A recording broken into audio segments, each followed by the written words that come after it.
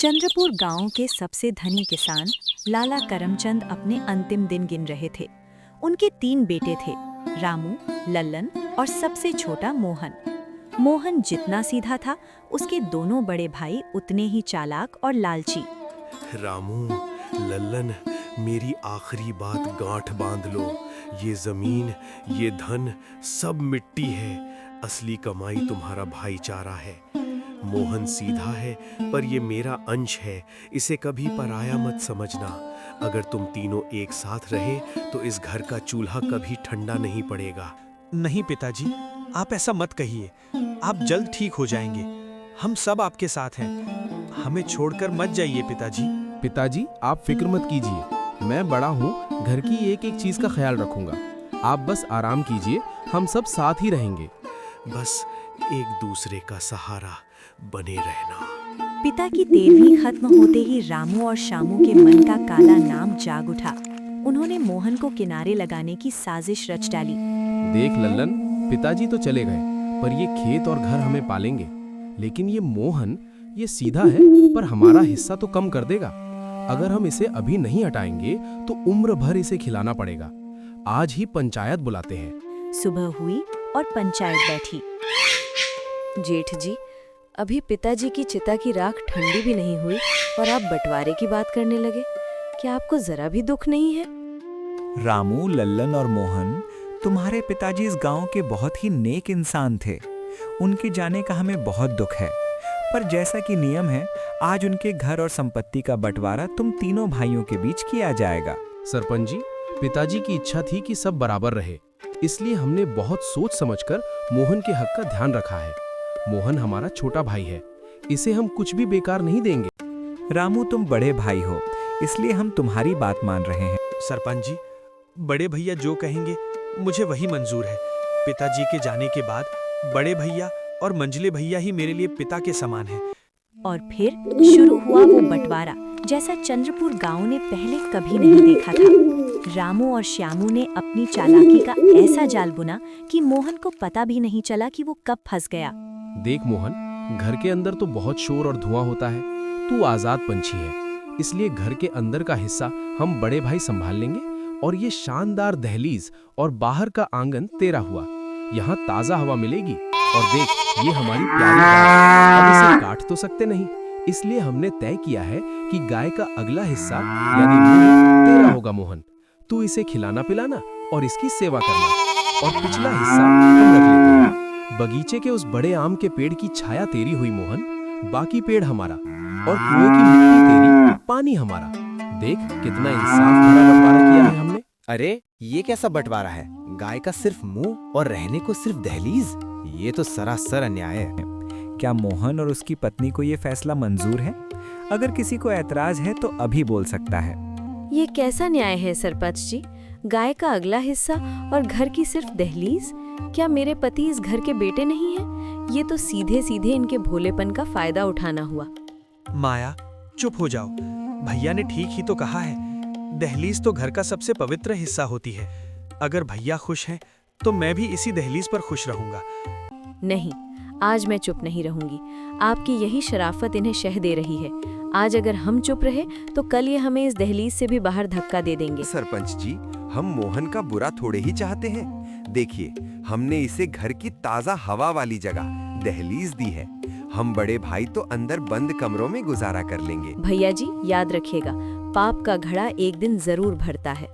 गाय के मुंह पर हक, पेड़ की छाया पर और कुएं की मिट्टी पर, ये तो सीधे सीधे मोहन को बर्बाद करने की योजना है। भैया, आपने क्या दिमाग लगाया है? गाय का मुंह मोहन को दे दिया, अब खिलाएगा वो और दूध पिएंगे हम। सच में आपकी बुद्धि का कोई जवाब नहीं। बंटवारे के बाद की पहली रात, चांदनी तो बिखरी थी, लेकिन मोहन के आंगन में अंधेरा था। ये क्या कर रहा है? अंदर कहाँ घुसा आ रहा है? बंटवारा हो चुका है मोहन, तेरा हिस्सा दहलीज है। जा और बाहर सो। भैया, ये आप क्या कह रहे हैं? मैं अपनी पत्नी को लेकर कहाँ जाऊंगा? रात होने वाली है। क्या हम आज की रात भी घर के अंदर नहीं रुक सकते? कागज पर अंगूठा तूने खुद लगाया है, अब कानून मत सिखा हमें। चल बाहर निकल। भैया, ऐसा मत कीजिए। इतनी बेरहमी? कड़ाके की ठंड है और आप हमें एक छत तक नहीं दे रहे। ठीक है, अगर आपकी यही मर्जी है तो हम इसी दहलीज पर रात काटेंगे, पर याद रखिएगा भगवान सब देख रहा है। जिस घर को मोहन ने अपने पसीने से सींचा था, आज उसी की दहलीज उसके लिए पराई हो गई थी। माया, मुझे माफ कर देना। मैंने कभी नहीं सोचा था कि मेरे अपने भाई पिताजी की चिता की आग ठंडी होने से पहले ही हमें बेघर कर देंगे। देखो, अंदर घी के दिए जल रहे हैं और हम यहाँ अंधेरे में भूखे पेट बैठे हैं। भैया सच कहते थे, मैं सच में मूर्ख हूँ। मैंने उनके प्यार पर भरोसा किया और उन्होंने मुझे ये फटी हुई चटाई और घर की दहलीज पकड़ा दी। रोइए मत, आंसू बहाने से पेट नहीं भरता और न ही हक मिलता है। उन्होंने सोचा है कि आपको गाय का मुंह और घर की दहलीज देकर आपको बेवकूफ बना दिया, पर मैं उन्हें दिखाऊंगी कि ये बेकार चीजें भी क्या कमाल कर सकती हैं। सुनिए, ये छड़ी पकड़िए। जब जेठ जी दूध निकालने बैठें तो आप गाय के चेहरे के पास जाकर इसे हवा में घुमाइएगा। ये तुम क्या कह रही हो माया? अगर मैंने ऐसा किया तो भैया बहुत नाराज हो जाएंगे और अगर गाय ने लात मार दी तो? नहीं माया, ये सब ठीक नहीं लग रहा। आप बस अपने हिस्से यानी मुंह की देखभाल कीजिए, वो अपना काम करेंगे, फिर देखिए अगला हिस्सा मेरा, मर्जी मेरी। बात तो तुम्हारी सही है। अगर उन्होंने चालाकी की है तो हमें भी अपना हक समझना ही होगा। देखा लल्लन, क्या नींद आई है आज। अब कोई झंझट नहीं। मोहन बाहर पड़ा है और घर हमारा है। अब जाके जरा ताजा दूध निकालते हैं। आज तो असली मलाई वाली चाय बनेगी। लेकिन रामू और लल्लन ये भूल गए थे कि मिट्टी अगर बंजर हो तो पैर जलाती है, लेकिन अगर वही मिट्टी सही दिमाग के हाथ लग जाए तो बड़े बड़े साम्राज्यों की नींव हिला देती है। ए मोहन, उठ जा अब। देख, सूरज निकल आया है। जा जल्दी से और गाय के लिए अच्छा चारा लेकर आ। याद रख, गाय का मुंह तेरा है। अगर इसने कम खाया और दूध कम निकला तो मैं तुझे नहीं छोड़ूंगा। आज तो बाल्टी पूरी भर जाएगी। मोहन बेटा, तू खिलाता रहे और सहलाता रहे। असली मलाई तो तेरे बड़े भाई ही चखेंगे। ये हुई ना जी भैया, मैं बस चारा ही डाल रहा हूँ। मैंने रात भर कुछ नहीं खाया, लेकिन गंगा को भूखा नहीं रखा। देखिए, मैंने इसके लिए ताजा पानी और घास तैयार रखी है। जल्दी करो भैया, बाल्टी भर गई है। आज तो मलाई वाली दही जमेगी। मोहन, ओ मोहन, जरा दाई को अच्छे से सहला। देख कैसे हिल रही है। अरे अरे, ये क्या बदतमीजी है। ओए मोहन, तू इसे हिला क्यों रहा है? चुपचाप खड़ा रहे। देख, बाल्टी हिल रही है, दूध गिर जाएगा। पागल हो गया। हाय, मर गया मेरा दूध, मेरी पीतल की बाल्टी है। अरे अरे, ये क्या हो गया भैया? सारा दूध कीचड़ में मिल गया। ओए मोहन, तू पागल हो गया है क्या? बाल्टी भरते ही तूने गाय को भड़का दिया। अरे भैया, आप मुझ पर क्यों चिल्ला रहे हैं? मैंने तो गाय को हाथ भी नहीं लगाया। मैं तो बस अपने हिस्से की सफाई कर रहा था। अब अगर गाय को गुदगुदी हुई और उसने लात मार दी तो इसमें मेरा क्या दोष? हिस्सा तो मेरा ही था ना। तूने ये जानबूझकर किया है मोहन। तेरी इतनी हिम्मत कि तूने गाय को भड़काया। मैं अभी तेरा सिर फोड़ दूंगा। अरे जेठ जी, इतना शोर क्यों मचा रहे हैं? आप ही ने तो बड़े गर्व से कहा था कि गाय का अगला हिस्सा हमारे पति का है। अब वो अपने हिस्से को सहलाएं या उसके पास छड़ी घुमाएं, ये उनकी कानून मर्जी। तो आप ही ने बनाया था ना भैया जी। अब अपने ही बनाए जाल में फंस रहे हैं तो गुस्सा कैसा? अगर दूध चाहिए तो हमें हमारा सही हक दीजिए, वरना ये गाय ऐसे ही लात मारती रहेगी। चुप कर, बहुत जबान चलने लगी है तुम दोनों की। आज तो बच गए, लेकिन याद रखना, पेड़ और कुआं अभी बाकी है। कल सुबह देखूंगा तुम दोनों को। लल्लन, चल यहाँ से, ये जगह ही बदबू हो गई है। दोपहर का सूरज आग उगल रहा था, परिंदे भी छिप गए थे, लेकिन रामू और लल्लन का घमंड अब भी आसमान पर था। उन्होंने सोचा था कि पेड़ उनका है तो ठंडी हवा भी उनकी बपौती है। लल्लन, क्या ठंडी छाव है। देख बेचारा मोहन धूप में कैसे सूख रहा है। लालच बुरी बला है, पर हमारे लिए तो ये पेड़ सोना दे रहा है। थोड़ी देर और सो जाते हैं, मजा। भैया, आम बड़े मीठे लग रहे हैं। शाम को तोड़कर बाजार में बेचेंगे, अच्छा पैसा मिलेगा। मोहन को क्या पता कि हमने उसे सिर्फ परछाई दी है, फल तो हमारे हैं। देखिए कैसे दोनों भाई ठंडी छांव में चैन की नींद सो रहे हैं और हमें धूप में खड़ा कर दिया। पर फिक्र मत कीजिए, आज इनकी ये नींद धुआं धुआं होने वाली है। जाइए और पेड़ के नीचे आग सुलगा दीजिए। अरे ये क्या बला है? ओ लल्लन, उठ, ये धुआं कहाँ से आ रहा है? मेरी तो आंखें जल रही हैं। ओए मोहन, ये क्या आग लगा रखी है तूने? पागल हो गया है क्या? अरे भैया, आप परेशान क्यों हो रहे हैं? मुझे थोड़ी ठंड लग रही थी तो सोचा अपनी छाया में थोड़ी आग जला लूं। आखिर आप ही ने ही तो लिख कर दिया था कि इस पेड़ की छाया मेरी है। अब अपनी छाया में मैं आग जलाऊं या सोऊं, ये तो मेरा हक है ना। देख मोहन, तमाशा मत कर। ये धुआं सीधे हमारी तरफ आ रहा है। ये पेड़ की डालियां हमारी हैं और तू इसे खराब कर रहा है। अभी बुझा इसे, वरना मैं पंचायत जेठ बुला जी, लूंगा। चिल्लाने की क्या बात है? आप ही ने तो पंचायत में लिख कर दिया था कि पेड़ की छाया हमारे पति की है। अब अपनी छाया में हम आग जलाएं या धुआं करें, आपको क्या तकलीफ? आप अपनी डालियों पर जाकर बैठ। क्या डालियों पर चढ़ जाऊं? तू मुझे बंदर समझता है? देख ले मोहन, अब तू बहुत ज्यादा बोल रहा है। ये चालाकी तुझे बहुत महंगी पड़ेगी। इसे कहते हैं जैसी करनी वैसी भरनी। फल, मोहन तो बस अपनी छाया में आग जला रहा है, लेकिन इसकी तपिश तो बड़े भाइयों के अहंकार को जला रही है। वाह मोहन, आज तो तूने कमाल कर दिया। अपनी छाया का क्या सही इस्तेमाल किया है। लल्लन की तो आंखें सूज गई हैं। और चतुर बनो। अब आया ऊंट पहाड़ के नीचे। शाम ढली, लेकिन मामला अभी ठंडा नहीं हुआ था। अब बारी थी उस मिट्टी की जिसे रामू ने खैरात समझकर मोहन को दिया था। पर क्या वो जानते थे कि यही मिट्टी उनके कुएं की कब्र खोदेगी? लीजिए, अब कुएं की बारी है। हमें अपने आंगन की मरम्मत के लिए ढेर सारी मिट्टी चाहिए। याद रखिए, कुएं के पानी को हाथ मत लगाना, बस मिट्टी खोदना शुरू कीजिए। भैया जल्दी आइए, देखिए मोहन क्या कर रहा है। ये तो कुएं की जड़ ही खोद रहा है। अरे ओ मोहन, रुक जा। अगर कुआं गिर गया तो हम पानी कहाँ से पिएंगे? ये तो हमें प्यासा मार। अरे अरे, ये क्या कर रहा है? तू कुआं खोद रहा है या मेरी कब्र? ओए रुक जा। अगर तूने और मिट्टी निकाली तो ये पूरा कुआं धंस जाएगा और मेरा सारा पानी खत्म हो जाएगा। रुक जा कमी।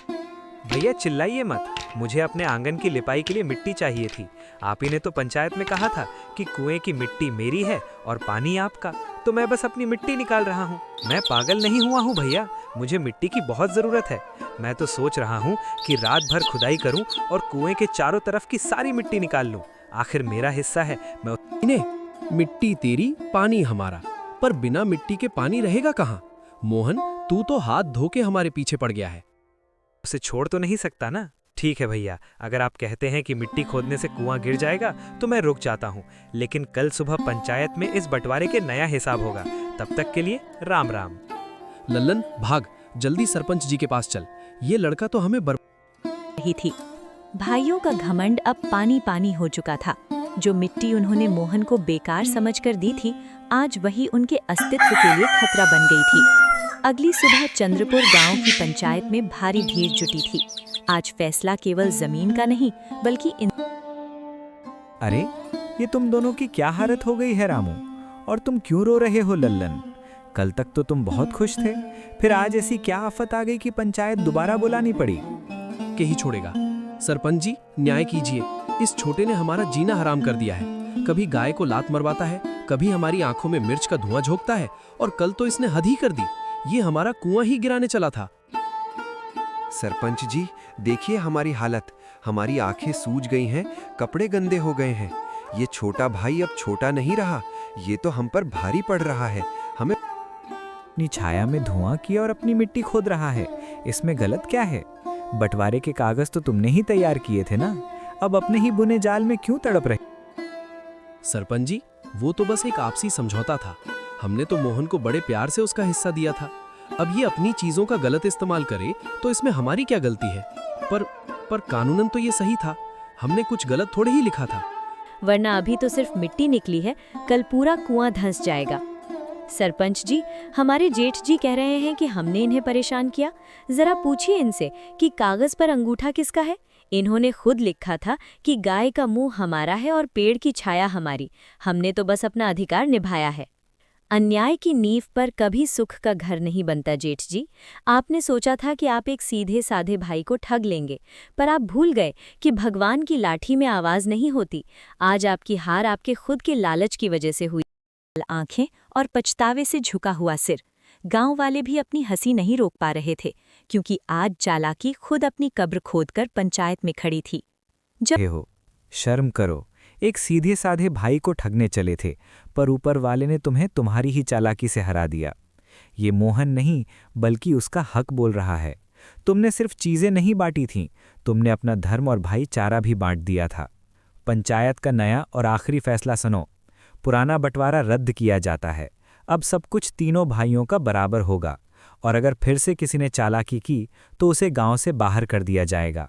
बोलो, मंजूर है? हमें लगा था कि मोहन सीधा है, हम उसे बेवकूफ बना लेंगे, पर हम ये भूल गए कि जो भाई पिताजी की सेवा में रात दिन लगा रहता था, भगवान उसके साथ है। हमने सिर्फ जमीन नहीं बांटी, हमने अपना सुकून भी बांट दिया। मोहन, मुझे माफ कर दे छोटे। लालच ने मेरी आंखों पर पर्दा डाल दिया था। मैं बड़ा होकर भी छोटा रह गया, और तू छोटा होकर भी बहुत बड़ा निकला। मुझे ये बंटवारा नहीं चाहिए, मुझे तो बस मेरा भाई वापस चाहिए। सरपंच जी, आज इस कागज को फाड़ दीजिए। अब इस घर में कोई लकीर नहीं खींचेगी। हम सब साथ रहेंगे जैसे पिताजी चाहते थे। मोहन, आज है। पछतावा ही सबसे बड़ा प्रायश्चित है।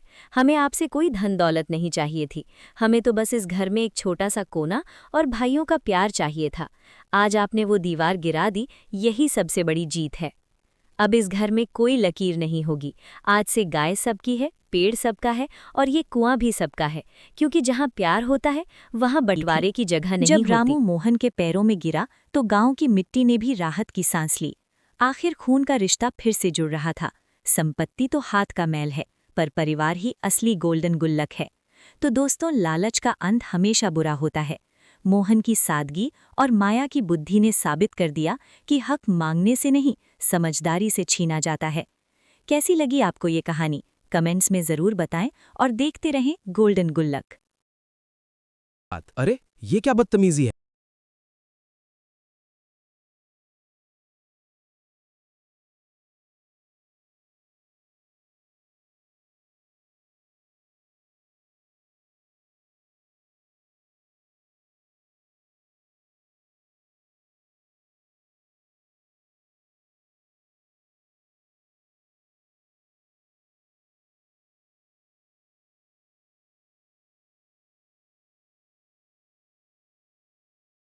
भैया, मैं तो बस गाय के कान के पास मक्खी उड़ा रहा हूँ। आखिर अगला हिस्सा मेरा